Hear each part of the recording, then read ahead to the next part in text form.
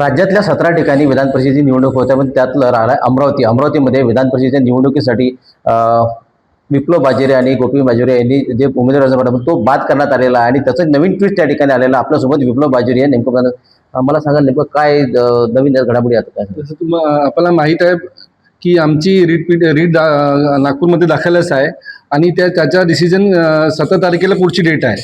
त्याच्यामध्ये असं आहे की आता आम्ही ऑनलाईन सगळं अर्ज बघितले जिथे जिथे निवडणूक आहे आणि 17 ठिकाणी आम्ही अर्ज काढले. तर आम्हाला हे बघितलं की आमच्यासारखा सेम अर्ज ॲक्सेप्ट झालेला आहे 17 ठिकाणी आणि त्याच्यामध्ये 2 ठिकाणी जे आपले यवतमाळची सीट आहे आणि एक ठाण्याची सीट आहे त्याच्यामध्ये ते निवडून पण आले आहे. मग माझाच फॉर्म हा अमरावतीच्या निवडणूक अर्जाने काय कारस्थानी करून ते रिजेक्ट केला ते आम्ही नक्की 17 तारखेला कोर्टामध्ये ते हे सगळं फॉर्म घेऊन जाणार आहे आणि तिथे दाखल करून नक्कीच आम्ही याचा लढा देऊ आणि आम्ही नक्की किंवा रीट समजा आणि रीटमध्ये शक्य नाही झालं तर पिटिशनमध्ये अमरावतीचे निवडणूक पुन्हा लागेल असा आम्ही प्रयत्न करणार आहे. त्याच्यामध्ये हा फॉर्म भरताना आपण एका वकिलाचा सहारा घेतो आणि वकिलाकडून फॉर्म भरतो आणि तुम्ही एक वकील आहात, तुमचं काय सांगाल? आम्ही हा फॉर्म 6 वेळा भरलेला आहे, 6 वेळा ॲक्सेप्ट झालेला आहे. आम्ही निवडून पण आलेलो आहोत. मग लोक आमच्याकडे येतात फॉर्म कसे भरायचे, मग आम्ही आम्ही चूक करू शकत नाही आणि माझा फॉर्म वैधच आहे आम्ही सुरुवातपासून सांगत आहोत. यांनी सगळ्यांनी ते सगळे उमेदवार मिळून आणि त्याच्यामध्ये तुम्ही पाहिला की एक विड्रॉ झाला आणि त्याच्यामध्ये एकाच कॅन्डिडेट बाकीचे ॲडव्होकेट पण सेट करत आहे. ते सगळं संगमत करून सगळं येत आहे. ते सगळं ऑलरेडी त्यांच्या प्रोग्राम ते ऑलरेडी प्री डिसाईड होता. तर हे मला सांगायची असं त्याच्यामध्ये काही नवीन गोष्ट नाही आहे. तुम्ही सगळं बघू शकतात आणि त्याचे पुरावे तुम्हाला भेटणारच आहे आणि आम्ही नक्की या लढाईमध्ये जिंकणार, आम्हाला पूर्ण विश्वास आहे. आणि सत्य परेशान होऊ शकत आहे पण तू पराजित होऊ शकत नाही हे तुम्हाला कळणारच आहे. सत्य पराजय होऊ शकते पण त्याचा विजय नेहमीच होणार. आपल्यासोबत माजी आमदार गोपीचंद बाजोरिया आहेत. तर मला सांगाल आता अमरावतीचं जे सध्या चालू आहे काय ट्विस्ट नवीन काय याच्यात? अरे बाबा, अतिशय हास्यास्पद ह्या राज्यामध्ये लोकशाहीच्या खून झालेला आहे. त्याप्रमाणे अमरावतीमध्ये आमच्यासारख्या माणसाच्या फॉर्म अवैध ठरवणे म्हणजे साध्या माणसाचे काम काय आहे आम्हाला आता शंका निर्माण झालेली आहे. आम्ही लोकांचे फॉर्म भरतो, नगरपालिकेमध्ये लोक आमच्याकडून सल्ला घेतात आणि 5 वेळा 7 वेळा आम्ही MLCचे फॉर्म भरले, त्याच धर्तीवर तो फॉर्म ॲक्सेप्ट झाला. आणि आज एक नवीन अतिशय महत्त्वाचा ट्विस्ट हा आला की नटराजन सारखा रीटमध्ये जर न्याय मिळत नसेल तर निवडणुकीच्या नंतर इलेक्शन पिटिशनमध्ये आम्हाला न्याय मिळेल. आणि हा महत्त्वपूर्ण ट्विस्ट आज जो आला आम्हाला एकदम आश्चर्याचा धक्का बसला की आम्ही काय केलं की आम्ही जो फॉर्म भरला म्हटलं बाबा रे पाहून घ्या ना, 17 विधान परिषदेची निवडणुका होऊ घातलेल्या आहे महाराष्ट्रामध्ये.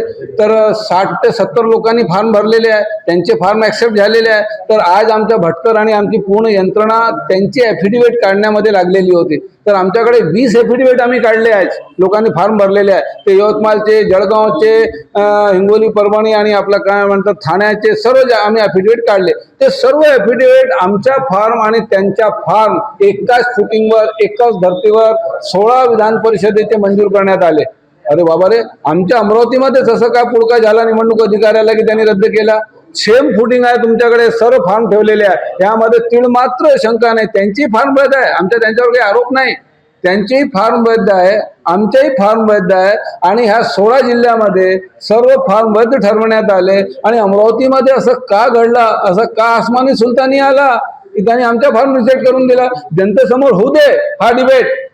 जरी या नटराजन सारखा आम्हाला 17 तारखेला न्याय नाही मिळाला तरी इलेक्शन पिटिशनमध्ये 100% आम्हाला न्याय मिळेल आणि ह्याही निवडणुका थांबून ही निवडणुका परत होणार आहे, त्यामध्ये तिला मात्र शंका नाही. कोणती अंबारजुरी आम्हाला दिली नाही.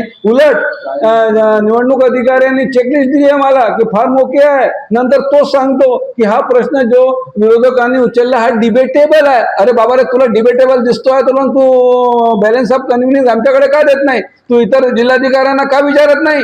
त्यांनी कोणालाही काही विचारला नाही, ऑर्डरची कॉपी दिली नाही. आणि आज जेव्हा माझी पूर्ण टीम पूर्ण 17 विधान परिषद निवडणुका होऊ घातलेल्या, त्यामध्ये 60-70 लोकांनी जे फॉर्म भरले त्यांची शहनिशा काढली, त्यामध्ये आम्हाला आज 18 फॉर्म असे दिसले ते आमच्याच फुटिंगवर भरलेले आहे. मग त्या जिल्हाधिकाऱ्यांना कळलं नाही का? त्यांनी सर्व वैध ठरवले, फक्त ह्यांनीच काय अवैध ठरले? तर ह्याच्या मागचं कारण काय आहे? आपण पत्रकार आहात, काय घडलं आपणही शोधावा. मी शोधला आहे. आज मी एक्सप्रेस करत नाही कारण की मी वैधानिक शपथ घेतलेला आहे, विधान परिषदेचा सदस्य राहिलेलो आहे 20 वर्ष. पण मला आज बोलता येत नाही माहीत असलं तरी, परंतु आपण दूधच्या दूध पाणीच्या पाणी करावा आणि हायकोर्टमध्ये इलेक्शन पिटिशनमध्ये आम्हाला 100% नाही 1000% न्याय मिळणार आहे म्हणजे आहेच. आणि आमच्या फार्म गैरकायदेशीर आहे ह्यावर एखादी खूप मोठी 7 जजेसची बसवली SIT तरी आमच्या फार्म वैध आहे. 60 जजेसची SIT बसवा आणि जर ते बसत असेल तर मग या 16 जिल्ह्यामध्ये हा फार्म ऍक्सेप्ट का झाला रे बाबा.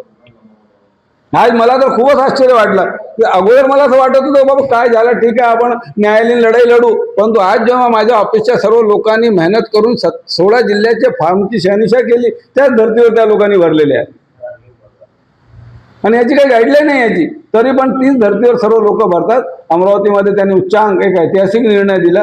पाहू आता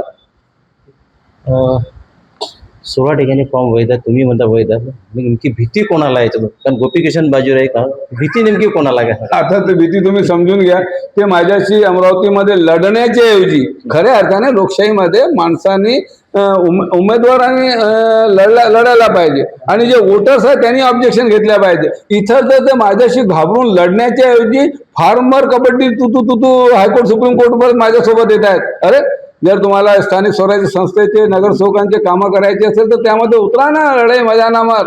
हे काय प्रेशरमध्ये फार्म रद्द करून घ्यायचे आणि निवडणूक अपक्ष करून पडून द्यायचे, ही बाब अतिशय लोकशाहीला घातक आहे.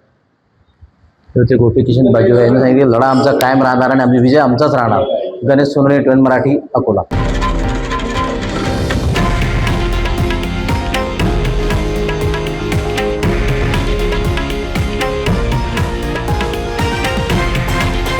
हे आहे देशातील नंबर 1 न्यूज नेटवर्क आणि आपण पाहत आहात TV9 मराठी, एकमेव.